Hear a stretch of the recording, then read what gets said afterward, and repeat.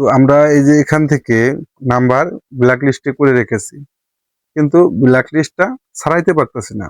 আমরা নির্দিষ্ট একটা নাম্বার ব্ল্যাক লিস্টে রেখেছি, সেই নাম্বারটা কিভাবে ব্ল্যাক লিস্ট থেকে রিমুভ করব, বিরক্তিকর কলগুলা ব্ল্যাক লিস্টে রাখবো বা রিমুভ করব কিভাবে, সেটিংস কোন জায়গায় আছে, এটা আমরা জানি না।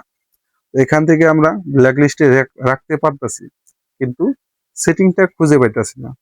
সেটা তো আমাদের নাম্বারটা একসময় রিমুভ করতে হবে, সবসময় তো ব্ল্যাক লিস্টে রাখা যাবে না, সেই নাম্বারটা তো রিমুভ করতে হবে, কিন্তু খুঁজে পাই না সেটিংটা কোথায় আছে। তো আজকের এই ভিডিও থেকে জানতে পারবেন।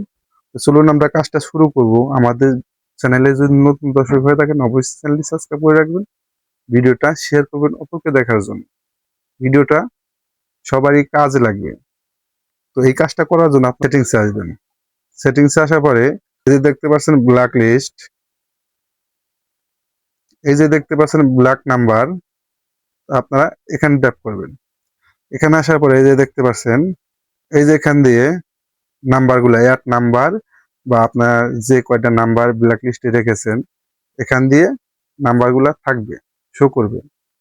তো ধরেন আমার 1 to 1 এটা আমার ব্ল্যাক লিস্টে রাখা। তো আমি এটা চাইতেছি যে রিমুভ করে দেব।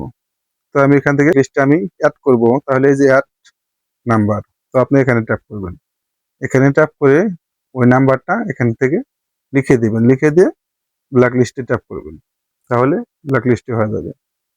তো আশা করি বুঝতে পারলেন ব্ল্যাক লিস্ট নাম্বার কোথায় থেকে রিমুভ করে এবং সেটিংটা কোথায় আছে। ভিডিওটি ভালো লাগলে চ্যানেলটি সাবস্ক্রাইব করে রাখবেন। দেখা হবে পরবর্তী যে কোনো ভিডিওতে। আল্লাহ হাফেজ।